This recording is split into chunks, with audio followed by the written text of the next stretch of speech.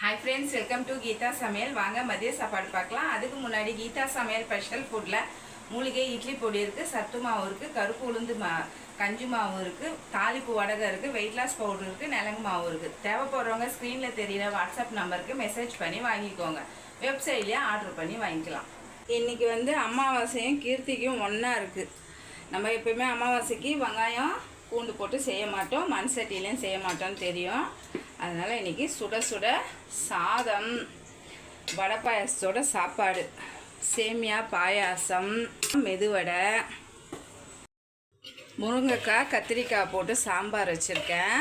அப்புறம் அப்பளம் பொரிச்சிருக்கேன், பருப்பு ரசம் வச்சுருக்கேன். அதுக்கப்புறம் வாழைக்காய் வறுத்தாச்சு, கொத்தவரங்காய் தேங்காய் துருவல் போட்டு பொரியல். இன்றைக்கி நம்ம சேனலில் வீடியோ வந்திருக்கு. பார்க்காதவங்க பார்த்துட்டு லைக் பண்ணி ஷேர் பண்ணி கமெண்ட் பண்ணுங்கள், சப்ஸ்கிரைப் பண்ணிடுங்க. பாய்.